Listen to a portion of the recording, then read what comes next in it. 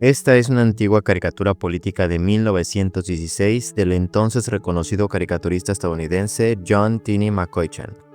En la viñeta, se aprecia al tío Sam como la encarnación del poder, los intereses y la influencia política de los Estados Unidos, supuestamente disciplinando a otros países.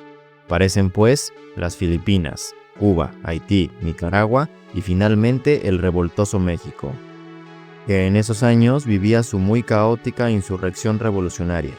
Ante esto, al tío Sam no le queda más opción que arremangarse la camisa con toda la intención de aplacar a punta de coscorrones a México, de una vez y por todas bajo el lema, eventualmente, ¿por qué no ahora?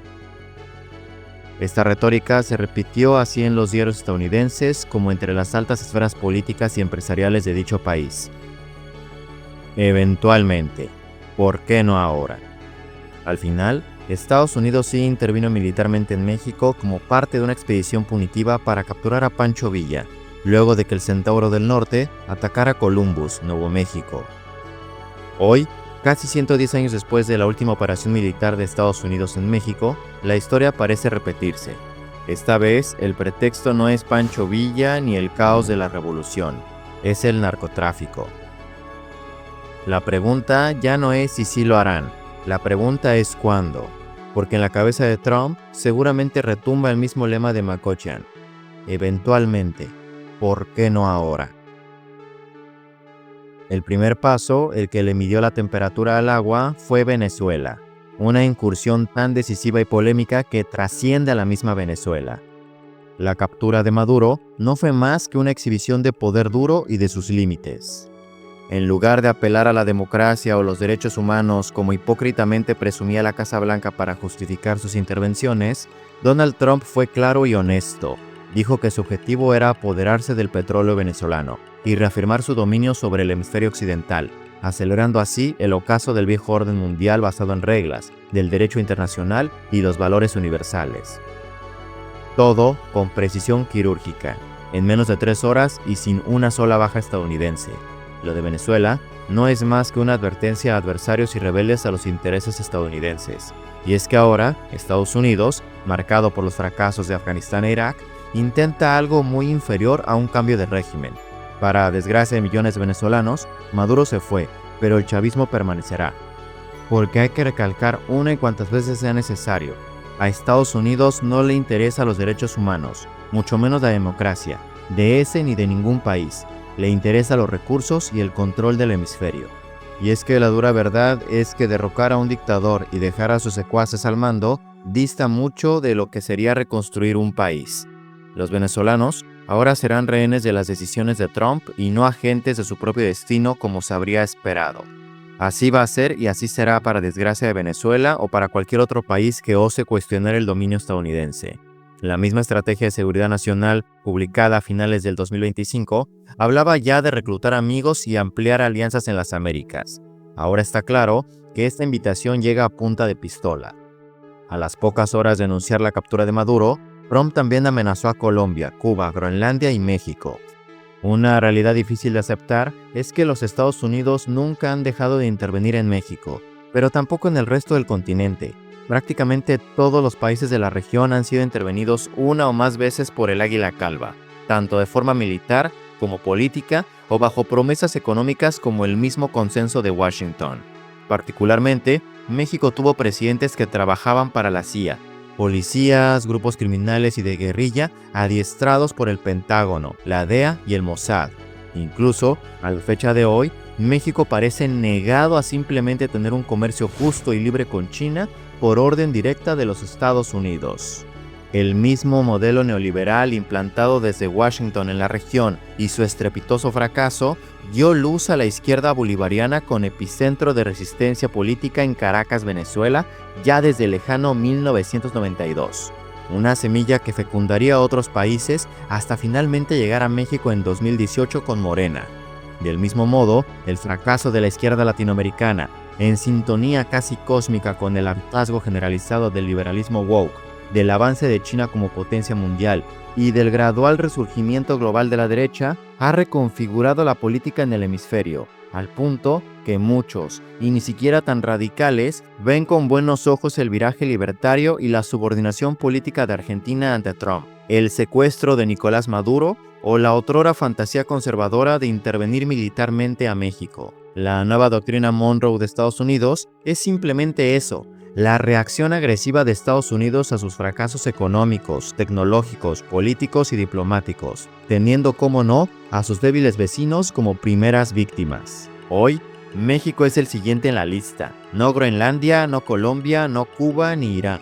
Es México. Colombia ganó tiempo al negociar con Trump. Cuba no tiene mucho que ofrecer realmente. Irán está en proceso y en cuanto a Groenlandia, pues nada. Alemania acaba de retirar sus tropas luego de la amenaza de aranceles a todo país que no esté de acuerdo con los planes de Trump para con la isla. El mismo día de la captura de Maduro, el 3 de enero, en plena conferencia de prensa, Trump insistió que el narco gobierna nuestro país. El 4 de enero, dijo que la presidenta Sheinbaum le tiene miedo a los cárteles y que hay que hacer algo con México. El 8 de enero, dijo que ya se preparan ataques por tierra en territorio mexicano. Desde entonces, en redes sociales, no se han dejado de reportar avistamientos de aviones del ejército estadounidense en suelo mexicano. Así, en ese sentido, el 18 de enero un avión militar de los Estados Unidos aterrizó en el aeropuerto de Toluca, y aunque el gobierno federal aclaró el aterrizaje como legítimo, la verdad es que las explicaciones y la tranquilidad del gobierno mexicano no convencen a nadie de lo que parece ya inevitable. El mismo exsecretario de Relaciones Exteriores, Jorge Castañeda Gutmann, sostiene que una intervención militar en México se antoja improbable. Y no está de más pensar así, debido a que el costo de atacar a México sería mucho mayor que el de hacerlo con Colombia o Venezuela, al tratarse del mayor socio comercial de los Estados Unidos, por el tamaño de la frontera compartida, o que entre otras cosas que ambos países son los anfitriones del Mundial de Fútbol que se celebrará este año. Sin embargo, no podemos tomarnos a Donald Trump a broma. Hay entonces que replantear la incógnita. Ya tampoco es cuándo, sino más bien hasta cuándo. A diferencia de AMLO, su actitud retadora y su política de abrazos no balazos, la presidenta Sheinbaum realmente se ha esforzado en cultivar buenas relaciones con Trump, concediéndole prácticamente todos sus caprichos, intensificando la acción contra los cárteles, endureciendo el control fronterizo, extraditando capos a Estados Unidos e imponiendo aranceles a China. Y no obstante, para el maniático de la Casa Blanca, nada parece ser suficiente. Lo más probable, y por qué no decirlo lo menos peor, es que Trump incursione en México de manera quirúrgica, como lo hizo en Venezuela. Y no, para todos aquellos que sueñan con ver tras las rejas a AMLO o a Sheinbaum derrocada, lamento decirles que no va a pasar, o no como lo imaginan y desean.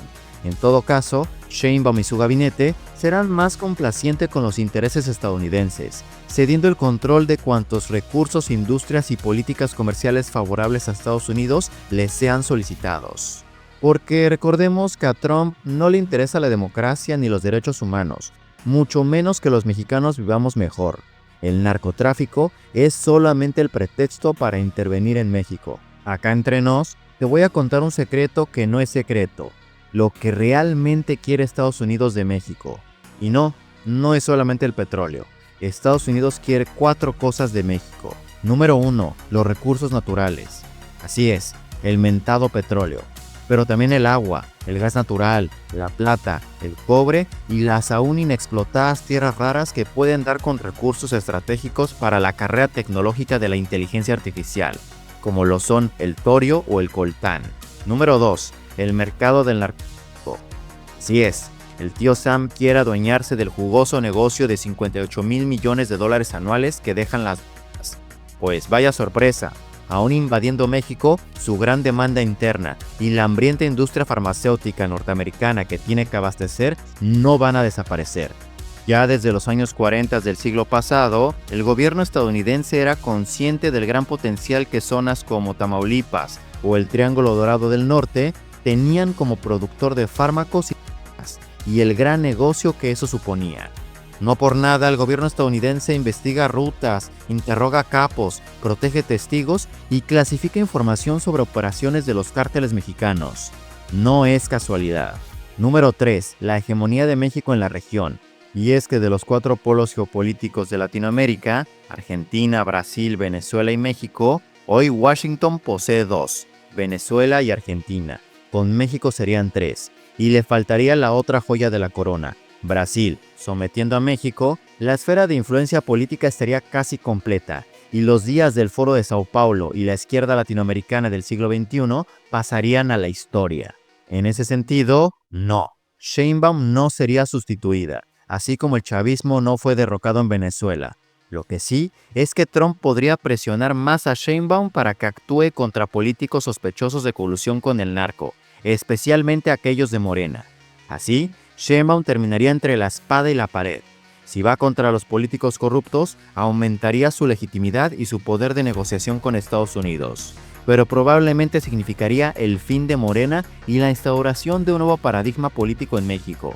No volvería el PRI ni el PAN.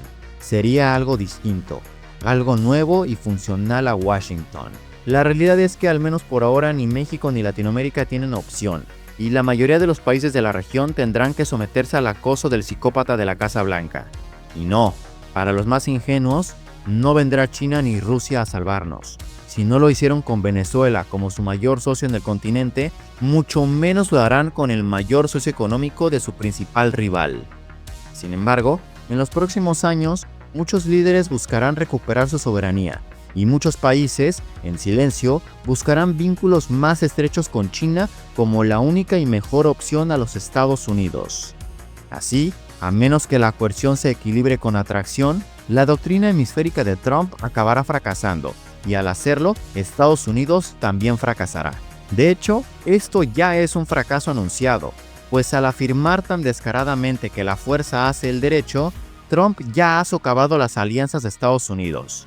Al final, el tío Sam solo está mostrando los dientes y mordiendo a amigos y aliados, quienes eventualmente abrirán los ojos y concluirán que depender del imperio de las barras y las estrellas es quedar expuestos a sus depredaciones. Estados Unidos fue una superpotencia exitosa porque su interés propio y su realpolitik se potenciaron con la fe declarada en valores universales de democracia y derechos humanos. O por lo menos hipócritamente esa era su carta de presentación ante el mundo, la del superhéroe del planeta, la del bueno de la historia. Hoy, Trump cree que esa máscara es la mayor debilidad de su imperio, una indulgencia ingenua. Solo el tiempo le dirá cuán equivocado está, porque la realidad es que a Trump no le interesa nada. Con 79 años, es claro que su ocaso está llegando. Claramente lo que está haciendo con el mundo es su prueba definitiva. Trump ya no juega más a ser el gran político, ya no busca hacer grande América otra vez. Trump busca trascender sin importarle nada. Maduro es solo un trofeo. Trump sabe que sus últimos días están cerca y ese pensamiento lo aterroriza. Y como cualquier cosa que ha hecho en la vida, cuando tiene miedo se angustia y su angustia la expresa con violencia. Quiere convencer y convencerse de que aún es fuerte y que su puesto lo coloca como rey del mundo y señor absoluto de la vida y la muerte.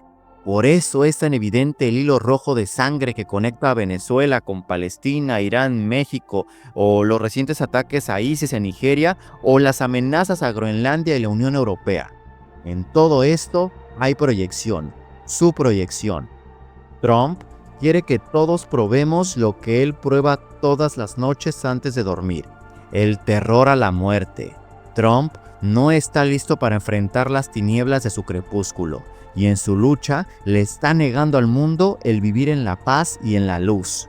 Al final, la historia lo pondrá en su lugar, en el basurero, al lado de los grandes dictadores y genocidas. Ojalá este video mío y todo lo que he dicho en él envejezcan mal. Ojalá en el futuro este video se llene de comentarios diciendo: te equivocaste, güey, no pasó nada de lo que dijiste. Ojalá y que así sea. Por el momento, solo nos queda esperar que suceda lo que pasó hace 110 años. Que Estados Unidos fracase en México como fracasó la operación punitiva contra Pancho Villa, y que tengan que abandonar su incursión mexicana al no poder gestionar tanto desmadre global.